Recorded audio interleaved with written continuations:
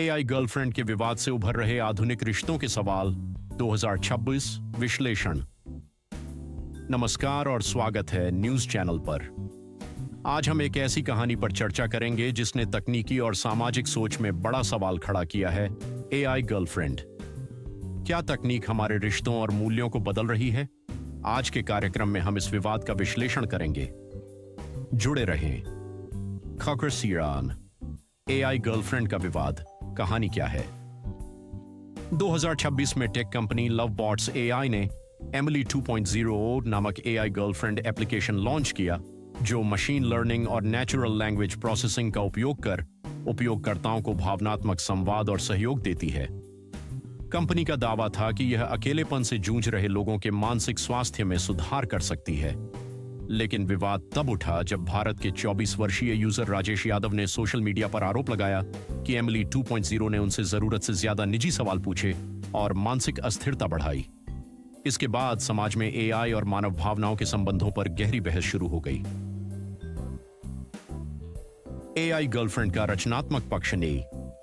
तकनीकी विशेषज्ञ बताते हैं कि एआई गर्लफ्रेंड यूजर डेटा और व्यवहार के आधार पर संवाद करती है। लवबॉट्स एआई ने इसे अकेलेपन का समाधान बताकर प्रचारित किया। ग्लोबल हेल्थ डेटा के अनुसार 2023 में भारत में 36% युवा क्रॉनिक अकेलेपन का शिकार थे। ऐसे में यह तकनीक एक भावनात्मक सहारा मानने की कोशिश की जा रही है। खाक की इशारा। विवादित पहलू। क्या तकनीक इंसानी भावनाएं समझ सकती है? कुछ विशेषज्ञों का मानना है कि एआई भावनाओं को गहराई से नहीं समझ सकता। डॉ.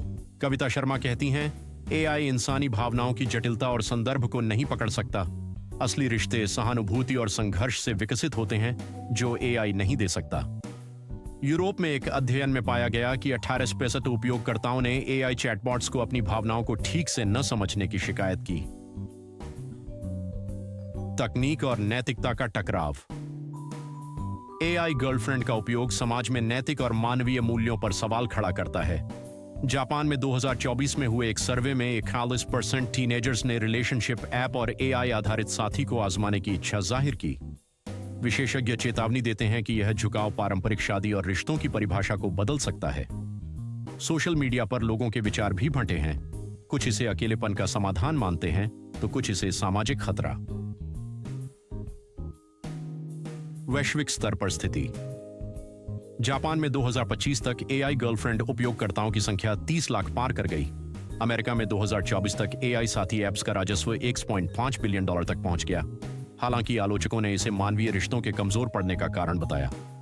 भारत में इस विषय पर चर्चा अभी शुरुआती चरण में है, लेकिन शहरी युवाओं में इसके प्रति रुचि बढ़ रही है। सरकार और न्यायपालिका की प्रतिक्रिया। भारत के केंद्रीय सूचना और प्रौद्योगिकी मंत्रालय ने 2026 में गाइडलाइंस जारी की, जिसमें एआई उत्पादों पर नैतिक और कानूनी जांच की आवश्यकता पर जोर दिया गया। यूरोपीय संघ ने भी 2023 में एआई के उपयोग पर नैतिकता और पारदर्शिता सुनिश्चित करने की नीति बनाई। Character tier 1। एआई गर्लफ्रेंड का भविष्य, उम्मीदें और चुनौतियां।